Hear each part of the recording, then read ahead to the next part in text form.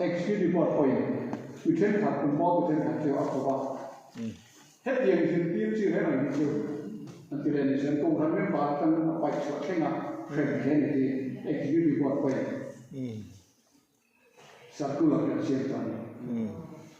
chứ bằng như cùng hắn administration cái này quay một em này chiều doctrine kan cùng hắn cứ định cho là chỉ tiêu chịu hết này chiều ai sẽ làm này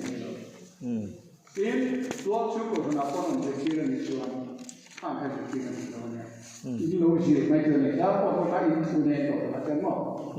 du e tin mi jo ma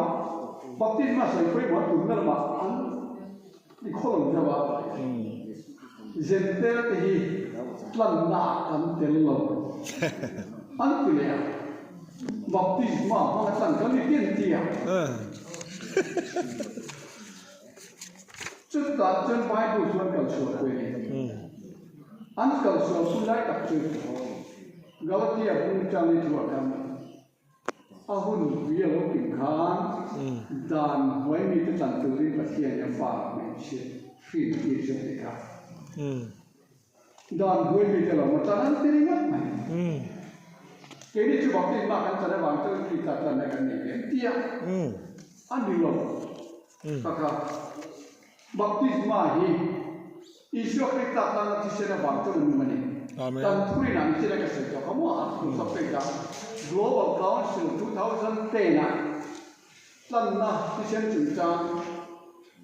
UPC kerja semua kami dah artikel sampai kajian atonement di anu tertani belum kemajuan apa Indonesia kena termanfaat edition kalau coba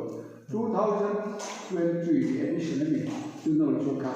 kada kan jadi tertuan ini juga macam mana lagi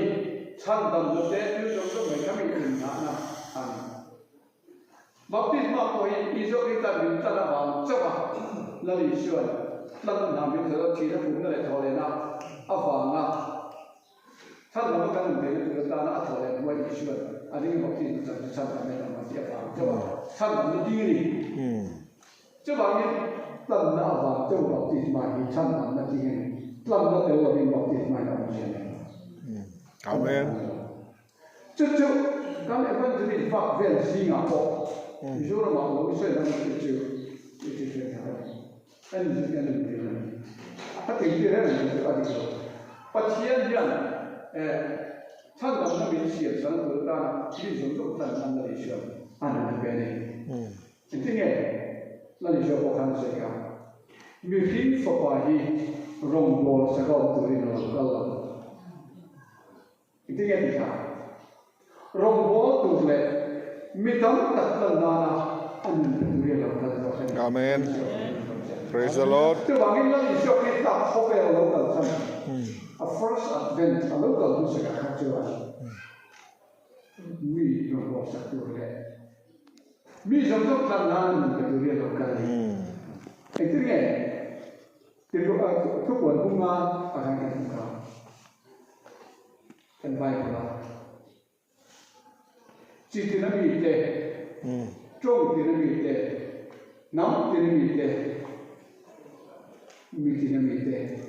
อีที่เส้นนี้เลยอ่ะ Amen การปฏิบัติการโคตรเตะเลยคุยเกี่ยวกับสิ่งที่ไม่ได้จริงจะบอกว่าที่ชอบที่ตัดการที่เส้นบางจะมีเส้นเดียวที่ปกติขวดเป็นเล็กวิธีมอิสราเอลมีเสียงกันจะบอกว่าอิสราเอลตัดกันไปกันทันกันเลยคุยกันเย็นเดียวจะเป็นกันโดยที่ที่อันนี้ก็บอกที่มาเสร็จปล่อยกันเสร็จคุยมันถูกนั่นถูกกันกันเสียเลยจะดีกว่า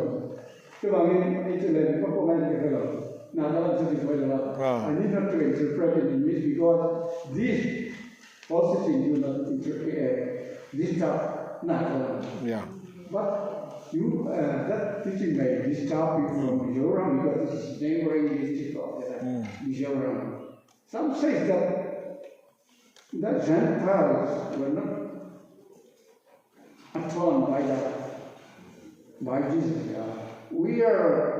our atonement is through baptism, they say. It's false.